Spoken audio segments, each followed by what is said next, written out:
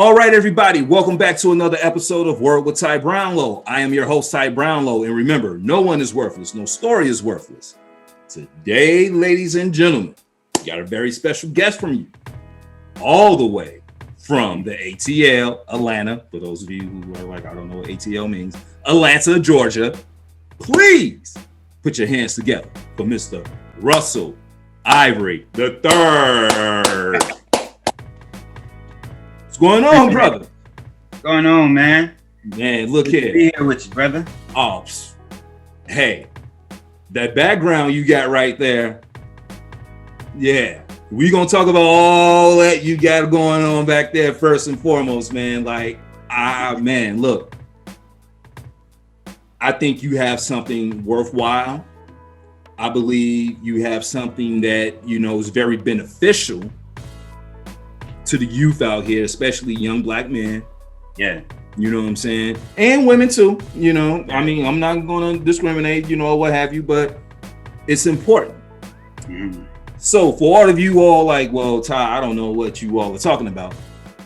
Russell Ivory III, ladies and gentlemen, he's an author, okay? Author of the book series, Watch Me Grow, okay? And if you can take a look behind the man, you will see 3 books. But let me tell you the names of these books. Welcome to My Hood. That's the first book. Second book, The Blueprint. No Jay-Z. The third book, Brick by Brick. Okay? And we are here to talk to the man himself, Mr. Russell Ivory III. So appreciate that, man. You made it sound really good. Making me want to go order some. Well, we're gonna talk about how to get those books too now, okay? But before we get into all that, man, take us through the book series and what are these books about? So Watch Me Grow is about a young kid, CJ, from the south side of Chicago. And he's going on his journey to becoming a man. So it starts off in Chicago, and the whole story was meant to be figurative. And of course, that's why it's fiction. Yes. So it's all about mental change and direction. And that mental change first, and then the physical change came after. So him having to, I wanted to make it as real as possible. Growing up in Southeast San Diego, during the late 80s and 90s was just gang infestation. And so Chicago was pretty much, the same. Yeah. Even though I didn't grow up there, I spent time out there. We talked about it a little bit before. But I had to do something where you had to go from one place to another. And I had to make it relatable. So mentally going from one place to another is kind of hard to get to pass through in a story form. Mm-hmm. So I had to make it reality. So for him leaving Chicago and going all the way to the West Coast, and from there, that's where he starts his journey in getting mentored by his uncle, who was from Chicago, his estranged uncle, seeing a family for the first time. It's important that I put a family institution in there, because a lot of times we take for granted that people who have grown up in a 2-family home and, not even been around a mother and a father in an actual family setting. Mm-hmm. So that's the first time he's seeing that. And his uncle owns a small investment firm. So that's where he starts connecting. Hey, I was out here hustling for the last 3-4 years and risking my life doing so, but I don't even know how money moves and how money works. Real money. Well, it's all fake money, but how to make money besides out here trapping. And from there, you start thinking about, really start thinking. That's the whole premise of the book, man, is thinking outside of what your immediate surroundings. And I had to take him from his block where he's caged in and put him somewhere where he could experience just a wide array of different thoughts and different people, really different people and scenes, and just take it all in. And from there, he grows, man. He go to college, you gotta they gotta read the book or listen to the audiobooks and figure out why he left, because he left on it's kind of raw. You know, his best friend got murdered, and he had to leave for a minute and to find out if he's gonna be able to come back. But he ends up staying, and he ends up, man, just growing so much. Just so much. You root for him, you know. Right. He's very relatable for all genders. You know, the young ladies, and it's not just for guys. It's not just for it's a young adult book. It's classified as young adult. So that'll put them in the range of 13 to 20s, early 20s, 13 to 23.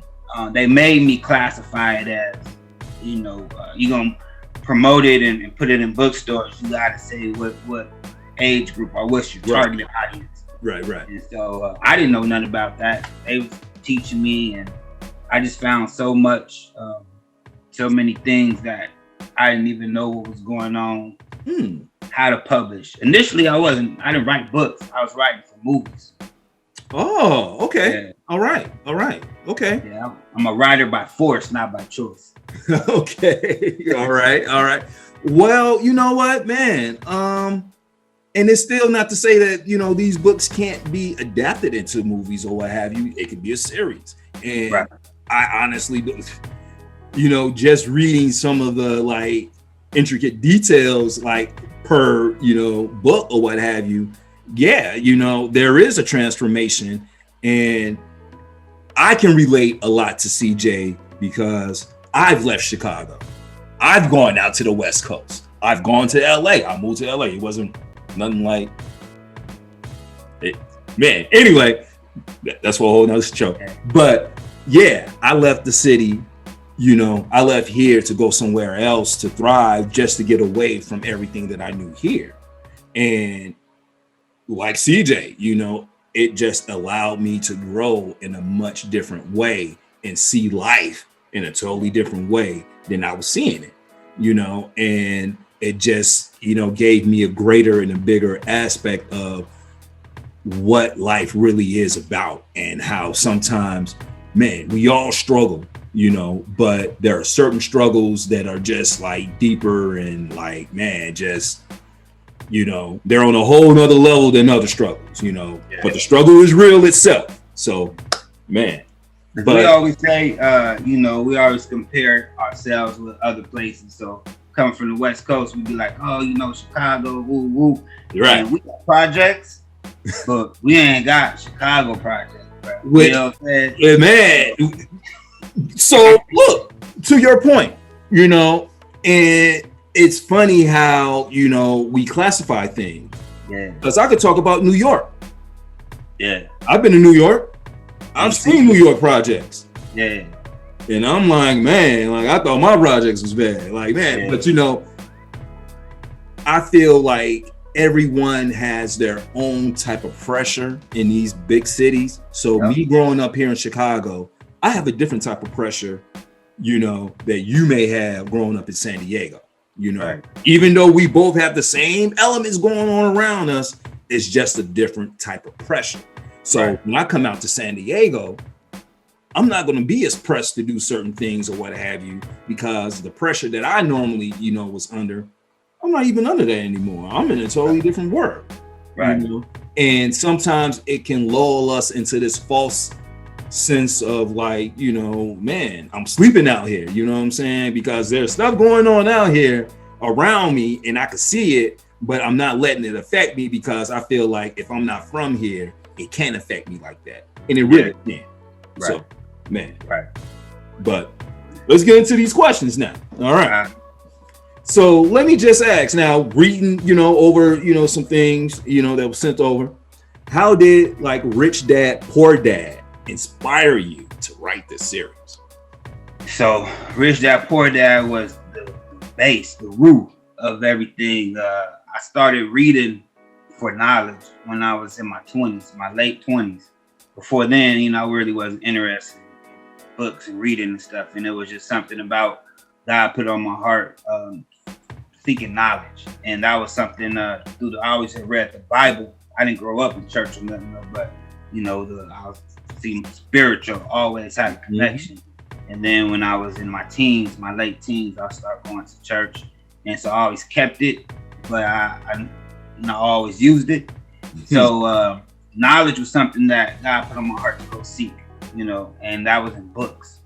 So I just started going to the library. Then I start every couple of weeks, I started going to Barnes and Nobles and just grabbing books, turn the cable off, and really just dove in, And Rich Dad Poor Dad was just one I heard about. I really didn't know what it was about. I knew it had something to do with finances, but it was back then, I heard it was on Oprah's list and New York's bestseller. And so I seen it at this bookstore and I just grabbed it. And when I started reading it, I finally got to start reading it. It was about the second chapter. And I said, oh, this guy telling the story, but he's teaching. And I was like, man, I said, that's what I needed. If you put the medicine in the candy, when I was a young person, but I said, I right there, man, I prayed and I was like, not all on the ground, but I was like, man, God, give me a storyline where I know somebody like me, if I was 13, 14 years old, I could, read it, get caught up in the story and get some jewels from it. And then 6 years later, I got the idea for the story, without even really thinking about it. Just came to me, dropped in my spirit on the way to work one day. Yeah, so. Okay. All right, man. Okay. Look, I love it, man. and I mean, if it teaches a lesson and tells a story at the same time, beautiful. Yeah.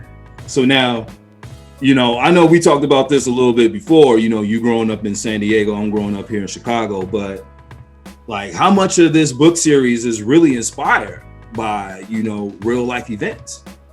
So I know from the time I read that book, I was in Virginia, to the time I wrote that book was 6 years past. And I done spent time in New York, Chicago, Atlanta, a whole summer in Chicago. So I didn't get the story at the time that I asked for it because I had to live through some experiences. So me living in Chicago, I felt that heart for the city, really.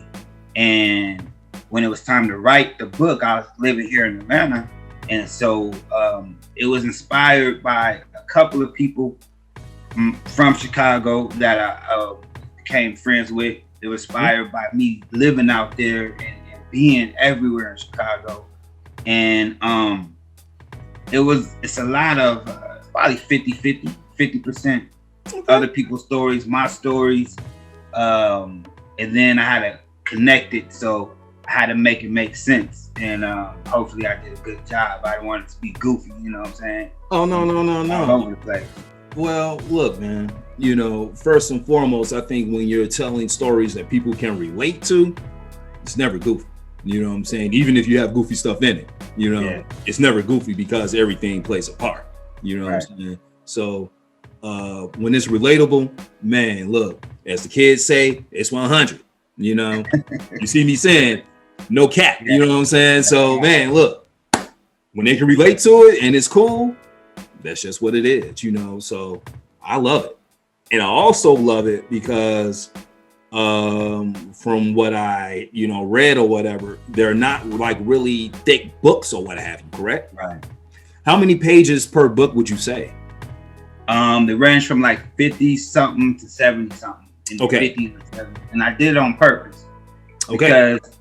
Because in testing it out, I launched the book last year, launched all 3 of the series. So I broke it up on purpose in novelettes because my target audience don't read. I had to write a book for people that don't necessarily read. So it had to be a quick read for one. And the blessing about it is though, people that have read it and they like, I ain't read a book since high school. You know what I'm saying? They in their 40s, 50s, my uncle 70, you know what I'm saying? And he was like, I knocked it out in a day. And people actually feel good for knocking out a 50-something page book and give them momentum Then they read the second, third one, and then, I don't know what else they might went and read. So it's actually a blessing, even though, I had people like, oh, you need to put it in all of them together. It's an 8-part series. I only released 3. Oh, so far. Okay. Yeah, 8 of them though. Okay. But I broke them up because it's for the audience, man. It's for the people, and that's what I wrote it for. So that's how it's gonna be. I ain't gonna change it for nobody. No. Hey, bro, I feel you, man. I feel you. Look here, and let's just say 50 to 75, but let's just say 50, and there's 8 books, so we're talking 400 pages. Which you can go out and buy like certain books that are 400 pages or so. You're not going to read that. No. You're not going to read that. So if it's broken down to you in a way that you can relate to, and it's a, man, for the lack of a better word, and easy to read, I don't really have to struggle reading this. You know what I'm saying? Like, I can identify with everything going on in here. Oh yeah, man, look here. And as I said before, it's telling a story that either A, I can relate to, or I know someone who's going through this. Right. So it can be a lesson for those, down the line or what have you. Okay. Thinking that, man. Thinking. And also you said it's also an audiobook too, correct? Correct. It's an audiobook. So that QR code keeps it out of Barnes and Noble because it don't make sense for them. Somebody could go in there with their phone and scan it and have it, but that's the hit I'll take because my people need that, because not everybody is a reader once again, but they could scan it and listen to it. So to be perfectly honest, the book is free. It's on my YouTube channel. The audiobooks are free. And I'm on a Nipsey, proud to pay. If you like it, come. I got a donation button on my website. So even if you go get it free off YouTube and listen to it, it's for consumption. It's I would love to make some coins off of it. Yes. But everything will come back in return in full, so I don't have a problem with it. But that QR code changed the game. I did it the world's first smart book. I haven't seen nobody else with it on there, Wow. And so I'm gonna coin it until somebody show me otherwise. You know what I'm saying? Innovator, ladies and gentlemen. I should have used that word at the beginning. Man, you're an innovator and an author, because hey, look, that's genius, bro. You know what I'm saying? Like, yeah, you could pay for this book, scan your phone, man, get the QR code. It's, free, but we're going to support people. All right. So, man, you see it out there, buy it, support, because even if you do go out there and scan on your phone, you have the book on your phone, sometimes people like tangible things, if you're going to pass that book down to your friend or, to a relative who can't, do this or do that, like telling them, hey, man, I'm about to send this book to you via phone or whatever. People use their phones for everything else but what a phone is really supposed to be used for. Right. One of the last things people are going to use their phone for, and I'm not saying everyone, but one of the last things people are going to use their phone for is to read a book. Yeah. Unless you're like on a plane ride, train, something of that nature where you just have a whole bunch of idle time and you have nothing else to do. Yeah. But even like within that, people take out books, tangible books, physical books they can hold or what have you. So as I said, for you to offer the QR codes, and this audio, man, game on game, Hey, the audiobook, man, the audiobook changed. The audiobook, it ain't a regular audiobook. It's professionally done. My guy that did the voiceover, yes, is out of I forget what I need to give him a shout out. I have to give you his name, but and then I went into the studio with a professional engineer to do the sound effects and stuff. Yeah.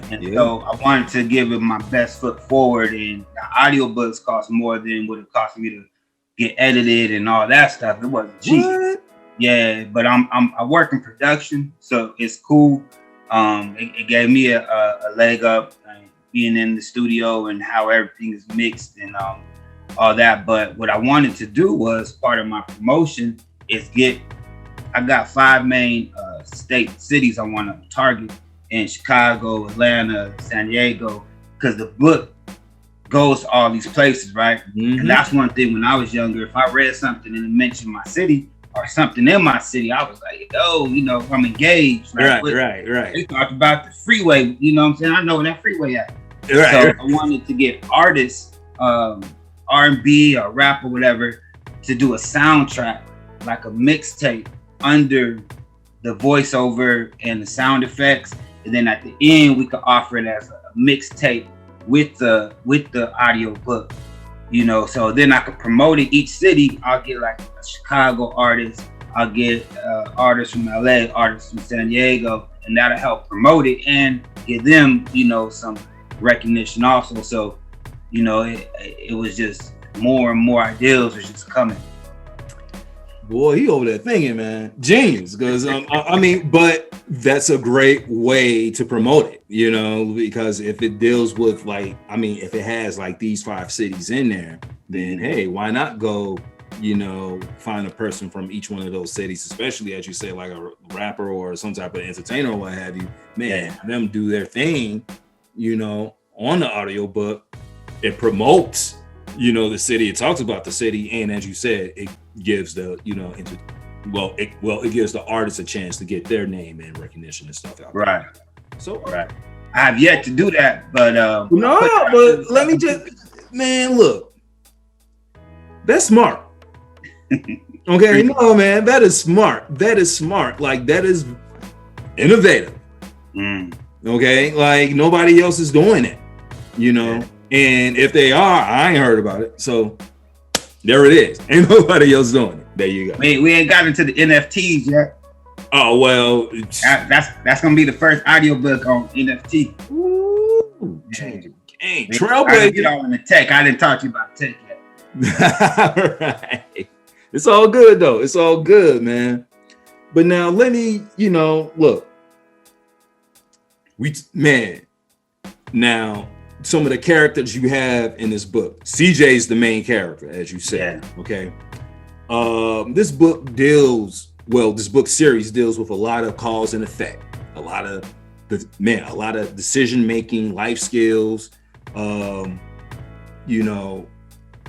What do you hope that readers take away, from all of that? You know what I'm saying? Because you got CJ going through some situations, you got him going through some things. Like, how can a reader take away, hey, you know what? He was in this jam, but man, he thought about this, that, and the other, you know what I'm saying? Like, how can you inspire, your readers, to think, on a much higher level when it comes to those things? One of the things that I wanted to highlight was not everybody who's done bad things are bad people. Come on. And they're not throwaways. We got a lot of people, our incarceration, mm-hmm. The war, I'll call it. You know what I'm saying? Our people from, the 20, 30 year span went from 200,000 to over 2 million. You know what I'm saying? War on us. And everybody that done wrong, isn't throwaways, and everything, a lot of time we'll say we'll go around, come around, which is true, but it doesn't always have to end in death. It doesn't always have to end in, just bad things. We done wrong or bad or whatever. I ain't here to pass judgment on nobody because I did my fair share. And it's hope in growth. It's hope in transformation. And that's one of the things I wanted to push was, regardless of your past, you still got so much hope and future ahead of you. And a lot of times we'll hold on and we be expecting the consequences and repercussions to come, but it's a mindset of what you attract also. Yes, and if you keep your vibrations and that energy high, who's to say, what's gonna come around and bless you or whatever. But through it all, good and right is good and right. and we're gonna keep doing good and right until we can't do it no more, regardless of whatever we done came through. That's why on these books, that right there, that's a pile of your past craziness, you know. And my other cover before this is like the third cover. He was sitting on top of that because that's where we come from, and those weapons and all that chaos is what we grew out of. But that's why he has that book, because he's learning, you know, he's growing. He came from that, but that's now he's moved off that hill now. And that tree, that's a tree of knowledge and life. See. And, you know, and growth. And so all that stuff is symbolic though. But you know, we come from one place, man, but that's not what, and that's why he moved from Chicago to LA. It could have been from wherever, but I just had to show a movement of mindset and thinking. And from there, it's this guy right here, bro, CJ, the end of the third book, my boy coming flying from China on a private jet. You know what I'm saying? So from the block to the war room. To the block to the war room. Now, let me talk about something, the significance of certain things, because you talked about, in a sense, symbolism, you know, talking about the trees and the books and things of that nature, but the characters you have in this book, you know, they're just not, they're like named after like, you know, exceptional people. Can you talk a little bit about that? Yeah, so I put a lot of little things in these books, and that was a dope part of being able to split the books up in the series. Is I put things in series 1 that happens in 3. So you read 1 and 2, you get to 3, like okay. But the name CJ is his dad is named after Che Guevara. So CJ is Junior, Che Junior. Guevara is a revolutionary that I admire and looked up to. His uncle G, you know, I was always big when I start reading and learning about the Black Panthers. So Uncle G is Geronimo Pratt. He's named after Geronimo Pratt. What I didn't put in the books is the parents was part of the Panthers. So the parents named him after. It says in there that his dad had got killed, and the mom, she committed suicide because she couldn't deal with it. But I haven't put much in there about them. But that's where CJ's dad and CJ's uncle, that's their roots. And then KD is another main character, and he was his dad's best friend. KD is for King David. That was one of my characters from the Bible that I love, you know, that because he didn't do everything right, but his heart was always right. And the auntie Catalina, no, I'm sorry, that's his. Catalina, she comes in. I'll let them read it, but Angelica is the auntie, and Angelic is what that relates to, and that's Angel. So I gotta watch her grow spinoff that I'm working on. Okay. So this is watch me grow, watch her grow. It's a half sister that come in. That's Cat already messed up, but that's all right. That's all right. Yeah, watch her grow, man. It's phenomenal, and all that is a female's point of view to everything that's going on. You know, they've been through theirs. You know, they've been through it. And his sister's half sister that comes in, she's amazing. She's phenomenal because she grows. She's from where he's from, right? You know, and the way they reunite is crazy. So when you see that in book 2, just know. And then the auntie, she's like a silent, you know, 300, the movie 300. Yes. You know, when his wife told Zelina, she like, hey, come back, don't come back without your shield. Like, either you with it or own it. You feel me? You know what I'm saying? You have those women, and the auntie, she's silent, but she's that force, that backbone, that force, man. You know, you think the Uncle G is about it, and I didn't mention it, but Uncle G, you know, he came to LA on a basketball scholarship from Chicago, right? But he never went back to Chicago. That's why CJ didn't know him. but he gonna find out Uncle G was G. He was from the same organization. He just got that basketball scholarship, started going to school, and never came back and started an investment firm. But he's like, he can't see it in him initially. But as he's mentoring him, and he's got to see him and spend time around him and see his interaction, he's like, oh, he finds a new respect for him. Like, I needed to show change. Like, oh, my uncle couldn't have been who he's saying he was.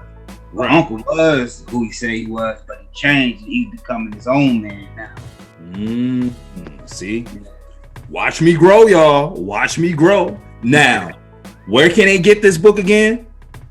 So you get it on my website. It's russelleivory.com. There you go. You could get it on Amazon. They break me off a little change, but it is what it is. So those two places, Amazon is doing pretty good, man. It's 5 out of 5 stars, good reviews and everything, man. So it's cool wherever they are. Come to the website. I got different merch. I got children's books, also that I'm writing towards, and a bunch of other things. Okay, all right. So, man, look, y'all. Look, Amazon is great, and man, look, I know. Most of us got that Prime. It's going to be there the next day, and we can leave that great review. Yeah, please. Hit that star button, keep it 5 out of 5 with the great reviews. That's cool. Yeah. But come on over here to this website. Support this man. Please support this brother on this website. Got merch on there. Got the books on there. Got it, man. It's a whole new world. Okay? All right? Not the Disney movies, but a whole new world. There we go. All right. Hey, not to interrupt, man, but I got two other dope things that's coming with the book. So since I'm self-published, one of the things I was like, I don't like to have a gang of rules when it's my stuff. You know what I'm saying? Mm-hmm. So one of the things I'm able to do is do whatever I want with the book, right? So I got a buddy of mine who has an investment company, right? Mm-hmm. And he's kind of like one of the ones that while the Uncle G has an investment firm. Mm-hmm. So he's taking the book and he's putting all this financial literacy in there. Mm-hmm. In between pages where I mention something, he expounds on it. And I tell you, this young brother is super smart, super gifted. He's out in Oakland, right? Okay. So that book right there, the special edition, special financial literacy edition, I tell you, that could rival Rich Dad Poor Dad, bro. Man, it's dope. And then the second one I did is special edition, the same books, is I got letters from the pen. And so what I got is some of my homeboys that's still locked up. Yeah. Replicable guys I asked them, hey, can you write me a letter to your 14-year-old self? And give them game what you would have did different. Motivational, inspirational type deal. So when they get out, I'm able to give them like 100 copies. I'm gonna publish their letters in the back of those books, right? Mm-hmm. And then when they get out, I want to be able to bless them with 100 books to get them started with their letters in the back of the book. So that was another thing I'm able to do. But since it's my own, self-published. That's dope. Appreciate it. That is dope, dude. That is dope. And I'm going to tell you why. Because as we were talking before we started recording, I just did an interview, and, the person that I was talking to is one of those great stories. Hey, I messed up. I made a mistake, went to jail, served my time, came out, but I wasn't, I wasn't going to be another statistic. They turned their life around. Not only did they turn their life around, they try to turn around lives of others. So one of the things that we did talk about was like, man, like when people are leaving and how, in some of these prisons and some of these jails, there's no reform. No. You're just sitting around, you know what I'm saying? Like people expect you to be a totally different person when you come out, but that's when you usually backslide and go into what you've been doing or what got you in there, and now you back in, and it's like a repeated cycle. But with you, on the other hand, man, not only are you having them think, look, I'm gonna write this letter to my younger self. These are the things I'm gonna tell my younger self. Not only that, but man, save them, stacking them, putting them in these books, blessing them with this as they get out. Man, you're turning them into entrepreneurs, dude. Right. You know what I'm saying? Because now they're sitting on something that they can sell. It's immediately. Yeah, man, like, this is real. You know what I'm saying? Like, man, like, you know, you can reach so many and do so much more with it. Hey, bruh, yeah, that's inspirational, man. That's inspirational for real. Like, man, straight up. Man, okay, I just want to ask this real quick. I want to talk about you growing up in San Diego in the 80s and 90s real quick. So, man, tell us a little bit about your upbringing, you know, in growing up in San Diego, and how sometimes what we see on TV ain't really what it's like. Yeah. You know, San Diego is a beautiful place.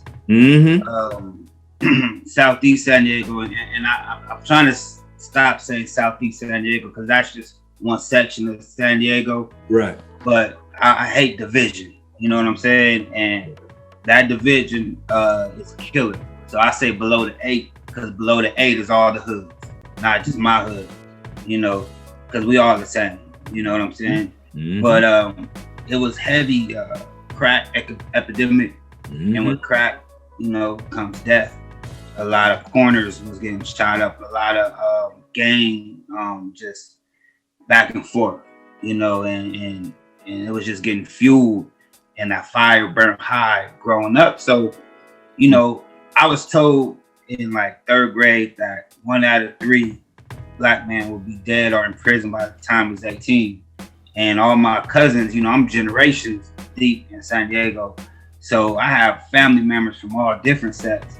And gangbanging was just a way of life. My uncles, I'm Mexican and black. So my mom's side, it's like 9 or 11 of them. I had 2 uncles that was murdered gang violence before I was even born. And then my other uncles locked up. Then my big cousins, they got locked up. And I was just like, you know, I grew up going with my mom to visit them in prison, taking my grandma and stuff there since I was a baby. And I was convinced, and I gave into it, like, I'm gonna be one of those 3. I hope I'm not dead, you know what I'm saying? But I'm pretty sure I'll be in prison. So that's kind of how I lived my life, you know, when I was young. And then I was 16 and like, I might make it to 18, like, you know, but growing up in that time period, it was like, you know what? When I got older, I was like, that wasn't normal. But I normalized it when I was younger. The way I thought, the way I moved, you know, and we do that and we don't realize, man, this is not how it's supposed to have been. It is what it was, and we grew up out of it. We survived. We got a moniker, and where I'm from, I survived growing up in Southeast, you know, because I stopped going to funerals when I was in high school, you know, and just coming out of there and surviving it and looking back, you know, it kind of makes me angry that we normalized it so much. And now I'm just trying to do whatever I can. We was talking about the literacy rate. I didn't know about the literacy rate before I started. These guys still like 30% graduating illiterate. You know what I'm saying? I'm like, why is people still illiterate in 2021 coming out of schools, in the schools? Right. That's crazy to me. And you got Bill Gates eradicating smallpox in Africa. He was like, I seen him talking about, yeah, you know, the small pockets of smallpox still in Africa, we gonna annihilate it. And I was like, well, shit. Sorry, I was like, well, no, it's all good. Why can't we do that with illiteracy in the inner city? Right. So I told you earlier, one of my monikers is eliminate illiteracy in the inner city altogether. Eliminate it. You know what I'm saying? Nobody should feel it, because, and then we fall behind. I forget the percentages. When we graduate, our math scores and our English is so far behind our counterparts and the separation starts somewhere around after 6th grade. But if you graduate with like 3 reading grades behind or 3 math levels behind of of everybody else, that directly affects your pay. And if it affects your pay, you still staying in the same area you grew up in, or around the corner or down the street. Like nothing's changed. It's not no upward momentum. So if that directly affects that, why are we not doing nothing about it? They show me statistics from like 50 years. So I'm like, y'all been following it for 50 years and it's still the same. So what y'all been doing in the 50 years? So we can't let the system sit here and try to fix it. So this is just my little ways of, and trying to give and help. And I kind of stumbled into it because one of the school, a friend of mine I grew up with, she works for the school district. She was a principal and stuff. And she kind of seen what the book was about. And she's doing a program. It's called Culturally Relevant Pedagogy. And the SEL, social emotional learning and stuff. So all that's kind of in the book. So when she was giving me this literature to read about those different programs and stuff, and it's another one called Wise, Deal with Finances. And I was like, man, this is all in there. And I was like, all these statistics and stuff. And I just kind of irked me and upset me to want to be able to just, all right, let's do something about it. Because that obviously ain't nobody else doing nothing about it. Man, bro, I look, man. I'm just blown away, dude. Like just the whole story and the meanings behind it. Your story, stories of others, how you're doing the book. How you're setting it up. Man, fighting like illiteracy. Like all this stuff is huge, man. And I can just say this. It wasn't until I came out to LA. It wasn't until I moved out to LA and I was working in LAUSD. And but I was working in a non-public school. Okay. Right. So we got kids bused from all around. Going to Culver City, California, of all places, like that's totally different, man. You have to talk about that. That right there needs to be a movie. But anyway, but to hit on what you speak on, man, like it's one thing to see illiteracy in my backyard because I'm from Chicago. Like I sort of, like as I said before, certain pressures you just know, what I'm saying, because I'm from here. I recognize it, but to go somewhere else 3,000 miles away and to see some of the same things, but I mean, man, it's just putting it on a much greater like scale now, you know what I'm saying? Cause it's not to say that you weren't up close and personal then, but the classroom size I had when I was here versus when I was in LA, totally different, you know what I'm saying? So it gave me more time to like have a perspective of things and really see where people come from. Yeah. Once I saw where certain people were coming from, and then to have them in, certain settings trying to like, educate and read and do all these things. Yeah. Man, I totally get it. It's, man, it will make your heart drop, man. Like, so yes, brother, I'm with you on the campaign to eradicate illiteracy. All right, we getting rid of that because as you said, this is 2021. Man, if we got phones that do all these things and this, that, or what have you, we can really, man, like, why can't we be smart instead of the phone? You know what I'm saying? So, and to be fair, it's not just the system. It's us that we got. It's us that gotta take care of us. Getting involved in the school system is one thing, but if we not getting involved in with the moms and the dads and grandmas, because one thing I love about the cultural relevancy of learning is it charges the parents and the teachers to give culturally relevant So instead of talking about 5, went to the store, bought 5 apples. He'd be like, yeah, he went to the bodega on 59th and Mr. So and so. You know what I'm saying? The kids are like, I know where that's at. You know what I'm saying? So now they more engaged. So the teacher got to go out there. She got to do her due diligence on him and try to figure out how can I fit the area that we into these lessons, and still preparing for the test, whatever test in the years and all that. And then it charges the parents, because now that learning, cultural relevancy learning, it said, hey, the parents need to be accountable this much often, And then another part was, which I wasn't even aware of, is they want to get the police involved, because I didn't even think about it, but that was like, man, one of the biggest parts of kids' day when they go to school is to walk to school and to walk home, and that's where a lot of craziness happens. If you're not comfortable with your walk to school or your walk home, you're not thinking about knocking out some homework. You ain't feeling safe, so it's the community, it's the parents, it's the teachers, and of course the kids. Everybody getting involved. Everybody need a piece of being accountable, and that's what it is. Because we all one tribe, we all one village, and so that's what I love about it. That's why I'm gonna continue to root for it, and I'm gonna continue to do my little part, and try to put it out there, bring awareness to all that. I know all this stuff. Kids percentages of getting raped at school. Hey man, it's real. I'm like, what? It's real. Hey man, look, man, school, and this is a conversation for another show, but I mean, man, like these days, school is everything but a traditional education.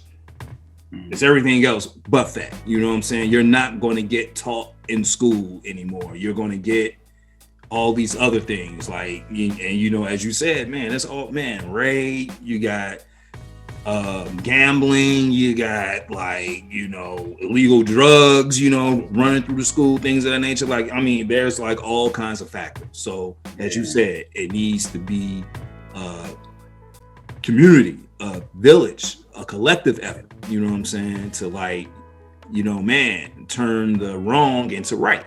So, man.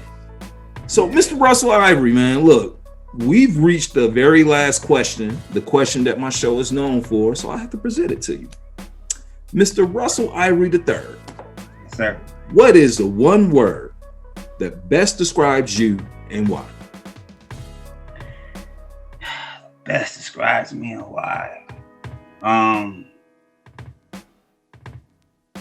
Pure. Pure. And I say pure not in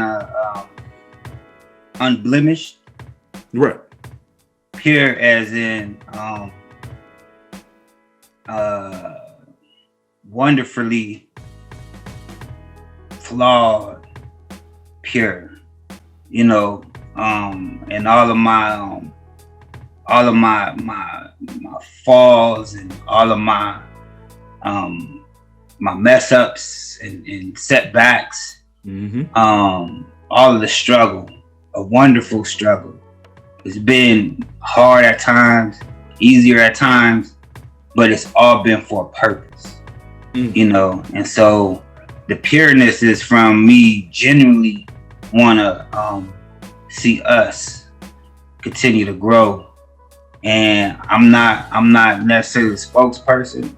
I'm not necessarily the role model, but my intentions is pure. My moves and sometimes things I do might not always be right. You know what I'm saying? But I'm learning King David. You know what I'm saying? His heart was pure.